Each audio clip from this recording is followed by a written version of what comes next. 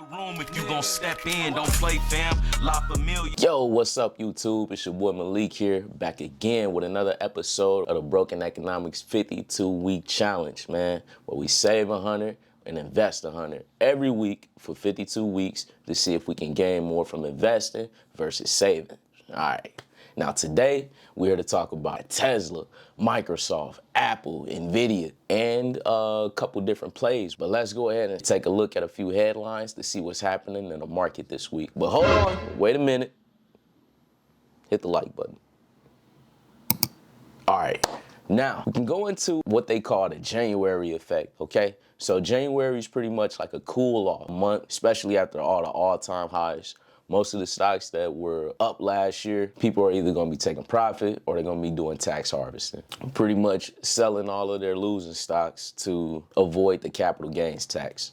So the January effect, man, for those of you who don't know and probably into the market, if you're new or anything, if you follow this channel and you don't know if you should invest or if you should save or not, this will give you a good outlook at a timeline for how the market reacts in certain months, certain periods, and certain seasons. A lot of traders, we look at this as a month for the market to take a breather. The January effect is supposed to be the tendency for stocks to rise in the first month of the year. The effect is said to occur when investors sell losing stocks in December for tax loss harvesting and repurchase them after the new year. Okay, when they purchase them after the new year, we don't know. So that's a January effect, and where people get shook out of the market because you get some heavy red days. Like today, we got some heavy red days. So I previously owned Tesla. I like to trade Tesla up and down. Tesla and Elon Musk have been making some headlines lately. You can see anybody who's been trading Tesla as of late has been on a downtrend for about a month. About a month now 4 weeks, and it's just steadily heading down. It's in a bearish territory. Now, a couple things that Elon Musk has been going back and forth with Tesla about is him being able to control a larger portion of the voting rights, which are the shares. He's been having some trouble with that. But before that, Elon Musk also has some comments to say on X. Musk, who regularly engages with blank users on X, agreed with a post that said, blank people hold a dialectic hatred of blank people. You have said the actual truth, Musk responded. So people took offense to that. Stockholders really get nervous when Elon Musk tweets because he really doesn't have a filter. So he kind of shakes the stock a lot when he gets on Twitter and he gets mad and he starts ranting and stuff. So Elon Musk has that going on, and I believe a lot of that has to do with their Chinese competitor, BYD, who also, I believe they delivered over 250,000 electrical vehicles, and Elon Musk actually had to do I believe he calls it an update, but I guess it was a service recall. And of course, you're gonna do damage control and just say, oh, it's just an update, an overnight update, but that's still gonna affect the stock. Also, man, he's demanding more power at Tesla. Elon Musk has effectively issued an ultimatum. Right now, he only has 25% of the voting rights, and he's asking for more, a big share payout. He already gets like a $5 billion share payout from Tesla stock as it is, and now he wants more. So he's like throwing a tantrum. The first payout, the $5 billion, he bought Twitter with it, and whatever. But anyway, moving on. Apple, there's nothing wrong with Apple, but we're just giving some news. Apple will stop selling its latest watches in the US after the US found it had violated patent rights. So the patent rights that the Apple Watch has violated stems from a dispute with California-based medical device firms Masimo and spinoff, I'm gonna butcher that word, which have accused the iPhone giant of poaching key staff and taking other steps to steal technology it developed to measure oxygen levels in the blood. And apparently they lost this lawsuit because they're halting their sales in the US. Because of that, Microsoft surpasses Apple to become the most valuable company, first time in 2 years as the iPhone makers hit a patch of nothing special. The reason why they say that is because the storyline behind the market right now is AI. Tim Cook of Apple has not been innovative enough with AI as the public would like them to be. Apple has never been a part of the norm. Apple's never been a part of any wave. So the development and the designs that Apple chose to go with were the wearables instead of the AI stories. Apple likes to make things that people can actually use, these real life things. But people were saying that they've been poaching their workers and pretty much stealing from them. But anyway, man, Microsoft overtook Apple to become the world's most valuable publicly traded company for the first time in more than 2 years. Now, this doesn't mean that Apple's going anywhere. Right now, it's just a race, man. So right now, I believe that Microsoft is going to be the leader in the AI race because Apple's not performing well right now. Doesn't mean that Apple won't have a foothold in the AI space in time to come. All right, so we covered those and see what we got on the menu for today. No, seriously. Now, last week, I had already decided what I wanted to purchase from last week. I see NVIDIA shooting to the moon. And Costco, I was trying to hurry up and get in before it became a green day for it. So we'll go ahead and buy $50 worth of Costco. You got that good old Robinhood security on us. All right. 50 Costco. The fact that it's a done button here is confusing. All right.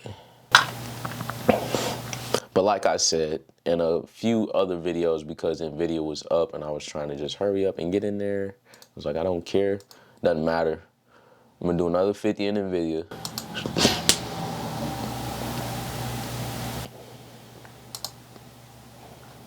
And done. Now that's our 50. That's our 100 invested. And then last week we had 800 and we still got the 900 in there. So we saved 100 and invest 100. But profile, as you can see, cash earned a little bit of interest, $2.20. And brokerage holders are up $41. Okay. So, giving a good look at the market as a whole, you see that the Dow Jones is just flat. It's around, what time is it? It is 10 a.m. in the Midwest, Central Time. NASDAQ is up 1%. And S&P is behind the NASDAQ and with 0.5%. And we go to our brokerage account in Robinhood and let's see what we're doing for today. Today we are up 0.14% for today. Who are we close behind? 0.14%. Man, we struggling. We struggling today. Ooh, we struggling. But it's been a tough week for us. A tough week. Down week. So for the week, we're down $2. For the month, we're only up $22.94. Go to year to date, up $17 year to date. I guess that's just for, if you want to say year to date, that'd just be January 1st. Individual stocks that's got us up. We got Eli Lilly, got us up 2%, almost 3% for today. Gives us a good look. NVIDIA, like I said, NVIDIA just went on another tear and is going on a tear today. They just added a ton of money into the market cap, dumped it into the market for us. As you can see, my average cost is $502. NVIDIA is up under $70. So I love NVIDIA. It's excellent, but it's volatile. So anybody that's just buying whole shares, just be careful. But Costco, just double down on Costco, the down day. And, got us up 5.5%. Netflix, goodness gracious. Netflix has been up and down, up and down, up and down. But so far, I like how we've been running it. Our average buy-in has been $477 right now. Netflix in at $484. This is week 9, so 9 weeks ago. Netflix been making some bread, bro. ITW once again has us flat. ITW gives us dividends, so it makes up for it at a 2.17% dividend. So every time they do a dividend payout, of course, the stock goes down, but it's such a solid company that the investors automatically redistribute their dividends back into the stock. So the stock's really stable and it pays really well. High ROI, return on equity, so the stock actually makes money. And then we go to Caterpillar. Caterpillar was at like $296 at the end of December during the bull run. is cooling off right now, 279. I think it hit a high of 280 today. But our average buy-in is 273. I'm not mad at that. We got a 2% gain. Caterpillar's been beautiful to us. Love it. Put that into our accounts on our portfolio on the E-Trade account. Let's see how bad we struggling here. I took some profits on my Apple, my Amazon, and my Tesla. So the profits that I took, I went ahead and reinvested it into a different strategy. So I have my One Tech, then I have my VTI ETF, which is the market. The way that the market fluctuates up and down is it's gonna be hard to hit that 16% right along with the market. So man, hey, you can't beat them, join them. Also, I mentioned Microsoft. Because I did say earlier, I believe that Microsoft is gonna lead in the AI race. I went ahead and grabbed one share of Microsoft at 386. It's already at 392. Doesn't mean it's not gonna come back down to like these ranges over here. And this was CRW called CrowdStrike. What I believe is that if we have a nice run in the AI space, that cybersecurity is gonna be following really close behind them. And I chose to go with CrowdStrike. Like I said, it's not financial advice. I'm not telling you to buy, hold, or sell. This is a personal journey that I'm taking to see if I gain more from investing, versus saving. So, hey, it's your boy Malik. Y'all, be safe out there. And hold on, hit the like button. And hold on, if you gained anything from this video, subscribe for more. That let me know that the 8 people that do watch it aren't just watching it for no reason. I appreciate y'all though. Love y'all. Peace out. Watch how he spin around, flew scooter down. Showed him round, little bro act like he geeked or something. Made it through this game with my niggas like Luigi. Them ain't stopping for